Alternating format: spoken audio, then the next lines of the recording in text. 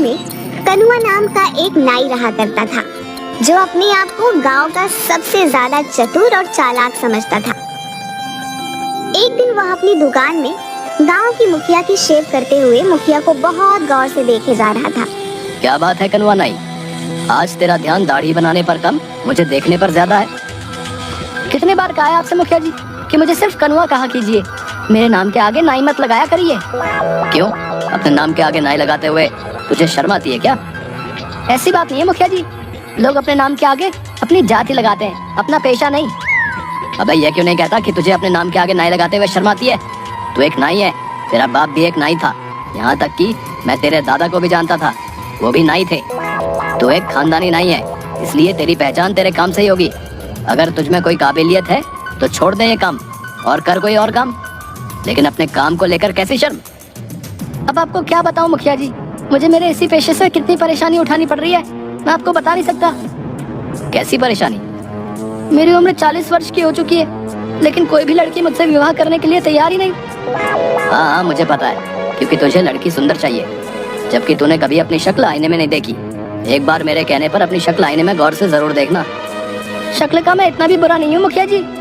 अगर इतना बुरा नहीं है तो इतना अच्छा भी नहीं है। अब सीधे सीधे बता मुझे, इतनी गौर से क्यों देख रहा था?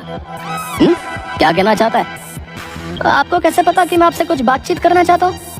अरे जब अपनी आंखें पढ़ पढ़ कर मेरे चेहरे को इतनी गौर से देखेगा तो मुझे यही लगेगा ना कि तू कुछ कहना चाह रहा है, लेकिन कुछ कह नहीं पा रहा। अब जल्दी बता, क्या कहना चाहता है तू? मुखिया की बात सुनकर कनुआ हिम्मत करके मुखिया से बोला, वो बात ये थी मुखिया जी, अब कैसे बोलूं?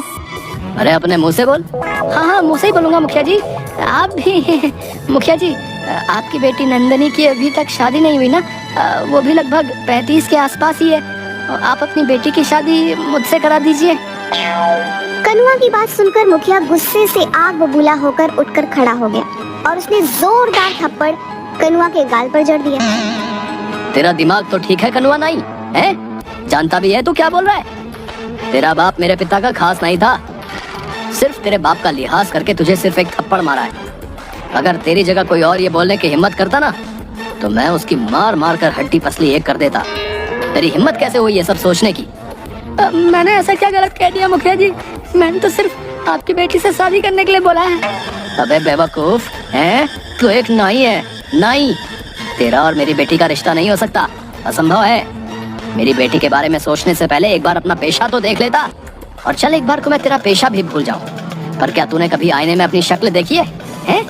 किसी पुराने पेड़ का घटिया सड़ा हुआ आम दिखता है तू। इतना कहकर मुखिया गुस्से से बाहर चला गया।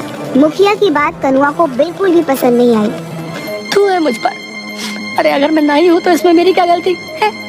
क्या मेरे कोई अरमान नहीं है? मेरे को सपने नहीं है? ये गांव का मुखिया अपने आप को समझता क्या है? नहीं रहना मुझे इस गांव में, और नहीं करना मुझे अब ये नाई का धंधा। अब तो मैं किसी जमींदार की बेटी से ही विवाह करूंगा और अब इस गांव में कुछ बनकर ही लौटूंगा। हाँ। अगले दिन कनुआ ने अपनी नाई की दुकान बंद कर दी और नए धंधे की तलाश में वो दूसरे गांव की ओर चल दिया। वह जंगल के रास्ते में ही था कि तभी उसके कानों में एक साधु की आवाज टकराई। आगे मत जाना बेटा, आगे एक शेर बैठा हुआ है। तुम्हारा दिमाग तो ठीक है साधु, शेर घने जंगलों में होते हैं। मैं कोई मामूली साधु नहीं हूँ, यकीन नहीं आता तो कुछ देर मेरे पास बैठ जा। कनुआ साधु के पास बैठ गया। कुछ ही देर में एक शेर दहाड़ता हुआ आकर उन दोनों को घूरने लगा। साधु जी, ये शेर तो हम दोनों को खा जाएगा, आपने तो मुझे मरवा दिया। चिंता मत कर, जब तक मैं तेरे साथ हूँ शेर तेरा कुछ नहीं करेगा, कुछ देर में चला जाएगा। कुछ देर बाद जंगल की ओर चला गया। आप तो वाकई बहुत पहुँचे हुए। साधु रहस्यमयी अंदाज में मुस्कुरा कर बोला, मैं जानता हूँ कि तू एक नाई है और नाई का धंधा छोड़कर तू दूसरे धंधे की तलाश में दूसरे गांव जा रहा है ताकि कुछ बनकर अपने गांव लौटे। आप तो अंतर्यामी भी निकले बाबा, मेरी मदद कीजिए। क्या चाहता है तू? मैं बड़ा आदमी बनना चाहता हूँ। मैं चाहता हूँ कि मेरा विवाह किसी बड़े परिवार की कन्या से हो, लेकिन मेरे काम को देखते हुए कोई भी बड़ा परिवार अपनी बेटी का विवाह मुझसे नहीं करता। इसीलिए मैंने अपना गांव छोड़ दिया, क्योंकि वहाँ सब मुझे नाई नाई बोलकर ही पुकारते हैं, और इसी वजह से मैं 36 वर्ष तक की उम्र में कुंवारा हूँ। ठीक है, मैं तेरी मदद करने के लिए तैयार हूँ, लेकिन मैं तुझे अपनी मायावी शक्ति से धन दौलत तो नहीं दे सकता। मैं आपकी बात का मतलब नहीं समझा। मैं तुझे एक शक्ति दे सकता हूँ। कैसी शक्ति साधु जी? तू जिस किसी भी व्यक्ति को कुछ देर तक गौर से देखेगा तो तू उस व्यक्ति का कुछ देर बाद भविष्य देख लेगा। दूसरों के भविष्य देखने से मुझे क्या फायदा होगा? खुद को बहुत चतुर समझता है ना, तो अपनी चतुराई से इस शक्ति का फायदा उठा ले। मगर याद रखना, अगर तू मेरी दी हुई शक्ति का फायदा अपनी चतुराई से उठाने में कामयाब हो जाता है तो ये कभी मत भूलना कि तेरा अतीत क्या था। क्या मतलब? मतलब कि तू एक नाई था। और हाँ, मेरी दी हुई शक्ति का प्रयोग तू सिर्फ अपने जीवन में 2 बार कर सकता है। इतना कहकर साधु मुस्कुराता हुआ वहाँ से चला गया। कनुआ एक दूसरे गांव में चला गया। वो सुबह से लेकर शाम तक गांव वालों को देखता रहा कि तभी उसकी नजर गांव में बनी एक कोठी पर पड़ी।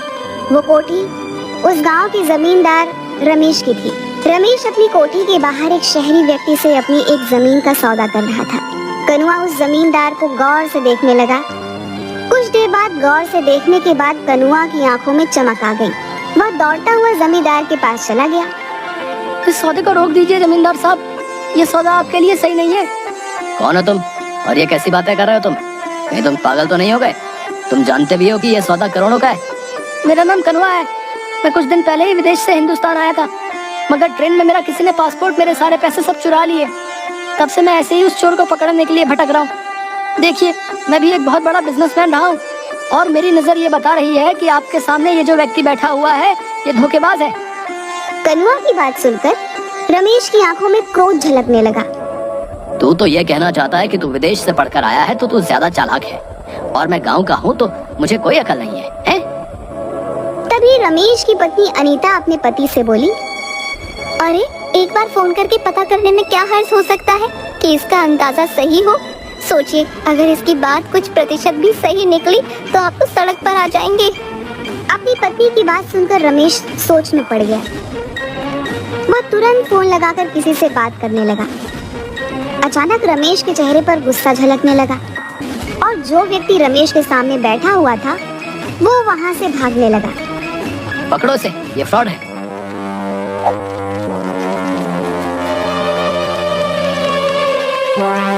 कनुआ ने उस व्यक्ति को तुरंत पकड़ लिया।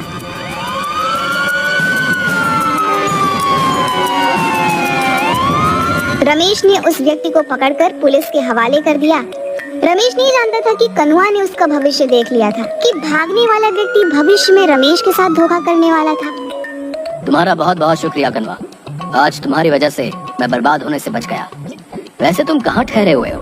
बस ऐसे ही आवारा फिर रहा हूँ। आज से तुम मेरे घर पर रहोगे और मेरे कारोबार में हाथ बटाओगे। मुझे तुम्हारे जैसे ईमानदार और अच्छे व्यापारी की सख्त जरूरत है। कनुआ उस दिन से रमेश के घर पर रहने लगा। रमेश की बेटी दिव्या को कनुआ पसंद करने लगा था।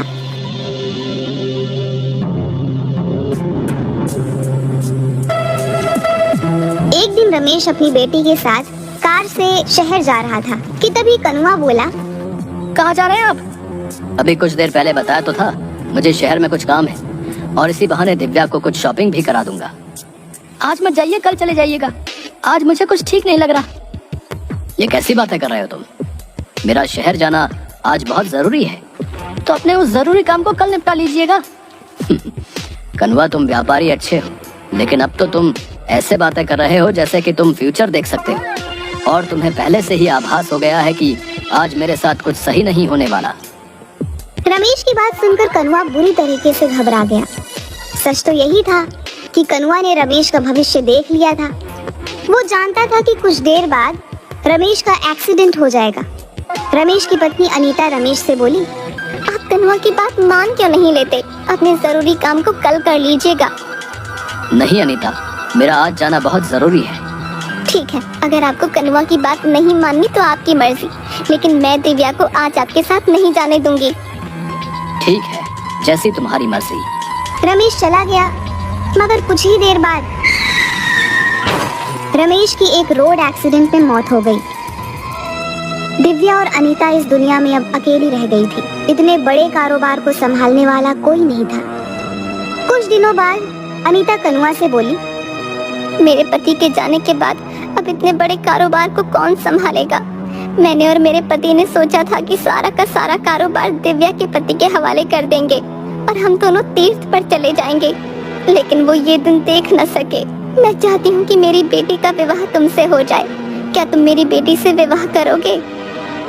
अनीता की बात सुनकर कनुआ के मन में लड्डू फूटने लगे। कनुआ यही तो चाहता था कि उसने तुरंत हामी भर दी और दूसरे दिन दिव्या और कनुआ का विवाह धूमधाम से हो गया। कनुआ रातों रात करोड़पति बन गया, लेकिन गांव वालों से मिले मान सम्मान की वजह से वो खुद को राजा समझने लगा। एक रोज रात के वक्त कनुआ अपनी पत्नी से बोला, देखो तुम मेरी पत्नी हो तो ये तुम्हारे लिए बहुत बड़ी खुशनसीबी की बात है। तुम्हें मेरी सेवा करनी चाहिए। मैं तो आपकी सेवा ही करती हूँ। देखो मैंने ही एक बार तुम्हारे पापा को बर्बाद होने से बचाया था। अगर मैं ऐसा नहीं करता तो वो उसी दिन सड़क पर आ जाते। अच्छा, मेरे पैरों में बहुत ज्यादा दर्द है, मेरे पैर दबा दो।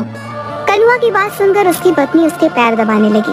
कनुआ लगातार कई घंटों तक अपनी पत्नी से पैर दबाता रहा। थकान से जैसे ही उसकी पत्नी की आंख झपकी, कनुआ तुरंत बोला, जब तक मैं ना कहूँ तब तक तुम्हें रुकना नहीं है। हाँ, इसके बाद तुम्हें मेरा सर भी दबाना है। उस दिन के बाद कनुआ अपनी पत्नी से रोज रात भर पैर दबाता। एक रोज दिव्या परेशान होकर अपनी माँ से बोली, इन्होंने तो मेरा जीना हराम कर रखा है। रोज रात भर ये मुझसे कभी पैर कभी सर दबाते हैं, मैं सो नहीं पाती। बेटी, लेकिन तू चिंता मत कर। मैंने सुना है कि यहाँ एक बहुत पहुँचे हुए साधु आए हैं जो सबकी मुसीबतें दूर कर रहे हैं। कल मैं तुझे चुपके से उन्हीं के पास ले चलूंगी। अगले दिन दिव्या की माँ अपनी बेटी को उन्हीं पहुँचे हुए साधु के पास ले गई। क्या हुआ बेटी? मेरे पति मुझसे प्यार नहीं करते, मुझसे गुलामों की तरह व्यवहार करते हैं। तुम्हारा पति क्या करता है? दिव्या ने सारी बात साधु को बता दी। दिव्या की बात सुनकर बाबा रहस्यमयी अंदाज में मुस्कुराते हुए दिव्या से बोले, जाओ कल किसी बहाने से अपने पति को मेरे पास भेज देना। क्या वो सुधर जाएंगे? हाँ, मैं अपनी तंत्र मंत्र की शक्ति से उसे बिल्कुल सही कर दूंगा। कल के बाद वो तुम्हारी किसी भी बात से इनकार नहीं कर पाएगा। दिव्या और उसकी माँ खुश हो गई। अगले दिन दिव्या अपने पति से बोली, सुनिए जी, सुना है गांव में बहुत पहुँचे हुए ज्ञानी बाबा आए हैं, आप उनसे मिलकर क्यों नहीं आते? हाँ, मैंने भी सुना है कि गांव में कोई पहुंचा हुआ ज्ञानी बाबा आया है। गांव वाले तो पागल हो गए, पर मैं पागल नहीं हूँ। ऐसा नहीं कहते जी, क्यों ना आप उनसे एक बार मिल आते? तुम्हारा दिमाग तो ठीक है। उस बाबा को कनवा जमींदार से उल्टा मिलने आना चाहिए। भला मैं वहाँ क्यों जाऊँ? मैं वहाँ पर नहीं जाऊँगा। दिव्या मुंह लटकाकर फिर से साधु के पास चली गई। बाबा, वो तो आने को तैयार ही नहीं। वो तो उल्टा मुझसे ये कह रहे हैं कि आपको उनसे मिलने जाना चाहिए।